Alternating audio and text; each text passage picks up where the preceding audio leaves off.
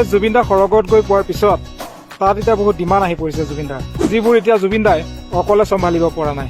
Manager এটা প্ৰয়োজন হৈছে, তাৰ বাবে সিদ্ধাৰ্থক বিচাৰিছে জুবিন দাই। যিহেতু আগন্তুক এতিয়া পূজা আহি আছে, তাত এতিয়া বহুত শ্ব' হ'ব, কিন্তু নৰ্থ ইষ্ট ফেষ্টিভেল শ্ব'টো পাতিবলৈ মানুহ নাই, সেয়েহে চাম কানকো তাত বিচাৰিছে জুবিন দাই। বাকী শ্ব' হোৱাৰ আগে আগে যিহেতু অলপ ফূৰ্তি কৰিব লাগিব, সেয়েহে জুবিন দাৰ লগত যিসকলে ফূৰ্তি কৰিবলৈ যায় শ্ব' হোৱাৰ আগে আগে সেই সকলোকো বিচাৰিছে জুবিন দাই। সেয়েহে ইহঁতক জুবিন দাৰ ওচৰত পঠাই দিয়া ব্যৱস্থাটো সোনকালে কৰিব লাগে। মেনেজ কৰিবলৈ যিহেতু নোৱাৰে জুবিন দাই, সেয়েহে প্ৰথমতে সিদ্ধাৰ্থক পঠাব লাগে ইয়াৰ পৰা। নৰ্থ ইষ্ট ফেষ্টিভেলটো নহলেও নহ'ব তাত, সেয়েহে দ্বিতীয়তে এই চামকানক পঠাই দিব লাগে।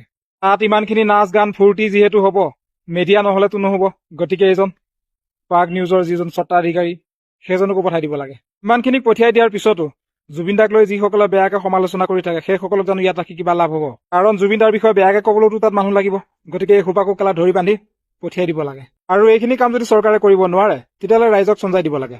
ৰাইজে বহুত সোনকালে ইহঁতক তালৈ পঠাই দিয়া ব্যৱস্থাটো কৰিব পাৰিব।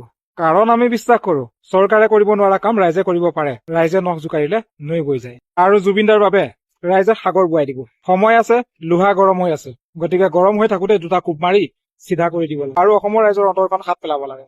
শেষত যদিহে মোৰ লগত তোমালোক একমত, তেতিয়াহ'লে ভিডিঅ'টো শ্বেয়াৰ কৰি দিয়া, যাতে এই পাগলকেইটাইও পায়।